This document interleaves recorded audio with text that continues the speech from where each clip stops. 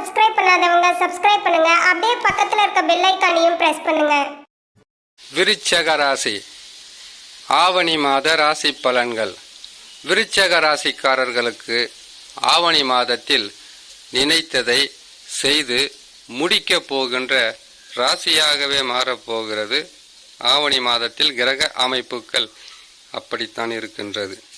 விருச்சிக ராசி என்றாலே ராசியின் சின்னமாகப்பட்டது தேல். அமைதியாக இருக்கும், கோபம் வந்தால் பேசுகின்ற வார்த்தையாகப்பட்டது தேலை போலவே குட்டுகின்ற, அதிகப்படியான கோபங்களை கலந்து பேசுகின்ற ராசியாகவே இருக்கும். வார்த்தை என்பது தேலை போல கொட்டி வலியை கொடுக்கும். இந்த குணாதிசயங்கள் கொண்ட விருச்சிக ராசிக்காரர்களுக்கு ஆவணி மாதமாகப்பட்டது மிகவும் அற்புதமான பலன்களை தருகின்ற அமைப்பில்தான் கிரகங்கள் நல்ல நிலையில் இருக்கின்றது. விருச்சிக ராசிக்காரர்கள் ராசி பலன்களை பற்றி தெரிந்து கொள்வதற்கு முன்பதாக சந்திராஷ்டம தினங்களை தெரிந்து கொண்டால் மிகவும் உதவியாக இருக்கும். சந்திரன் 8ஆம் இடத்தில் சஞ்சாரம் செய்கின்ற நாட்கள் 2.25 நாட்கள். இந்த நாட்களில் சந்திராஷ்டம நாட்களில் பொறுமை, நிதானம் மிக அவசியம்.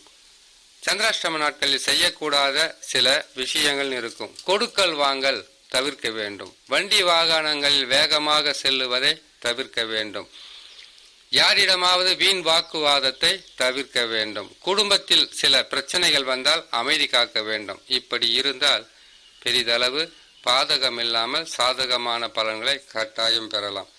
சரி, விருச்சிக ராசிக்காரர்கள் சந்திராஷ்டம தினங்களை பார்க்கலாம். 28/8/2024 ஆவணி மாதம் 12ஆம் தேதி புதன்கிழமை காலை 8:38 மிதுன ராசியில் சந்திர பகவான் சஞ்சாரம் செய்யும் போது சந்திராஷ்டம தினங்கள் ஆரம்பமாகும். பொறுமையாக இருந்தால் பல வகையில நற்பலன்களை பெறலாம். சந்திராஷ்டம தினங்களிலிருந்து விடுபடக்கூடிய நாட்களாக 30/8/2024 ஆவணி மாதம் 14ஆம் தேதி வெள்ளிக்கிழமை பகல் 3 மணிக்கு கடகராசியில் சந்திர பகவான் சஞ்சாரம் செய்யும் போது சந்திராஷ்டம தினங்களிலிருந்து விடுபடக்கூடிய நாட்களாக இருக்கும். இம்மாதத்தில் கிரகங்கள் தரக்கூடிய பலன்களை பார்க்கலாம். விருச்சிக ராசிக்காரர்களுக்கு சனி பகவான் கும்ப ராசியில் அர்த்தாஷ்டம சனியாக இருந்து வக்கரம் பெற்று உங்களுக்கு நற்பலன்களை தருவார். சனி பகவானால் இம்மாதத்தில் பிரச்சனைகள் எதுவும் இல்லை.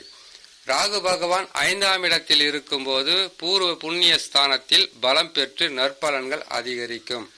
செவ்வாய் குரு இணைந்து ரிஷப ராசியில் 7ஆம் ராசியில் அமர்ந்திருப்பதினால் நண்பர்களால் நன்மை, உறவுகளால் நன்மை, இரத்த பந்தங்களால் நன்மை, சொந்த பந்தங்களால் நன்மை என்பது செய்யும் தொழில் முதல் கொண்டு அனைத்து வகையிலும் நற்பலன்களை கொடுக்கின்ற ஸ்தானத்தில் செவ்வாய் குரு.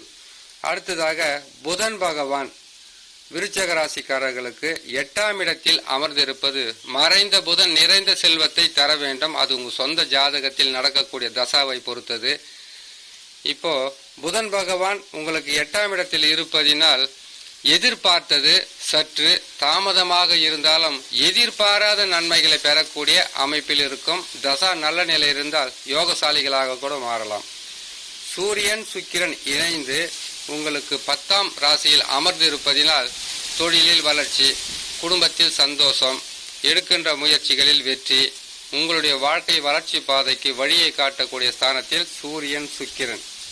கேது பகவானை பொறுத்த வரையில் உங்களுக்கு 11ஆம் ராசியில் அமர்ந்திருப்பது நற்பலன்கள் அதிகரிக்கும், அதிர்ஷ்ட வாய்ப்புகள் கிடைக்கும், குடும்பத்தில் சந்தோஷம் பிறக்கும், எடுக்கின்ற முயற்சிகளில் எளிதில் வெற்றி கிட்டும்.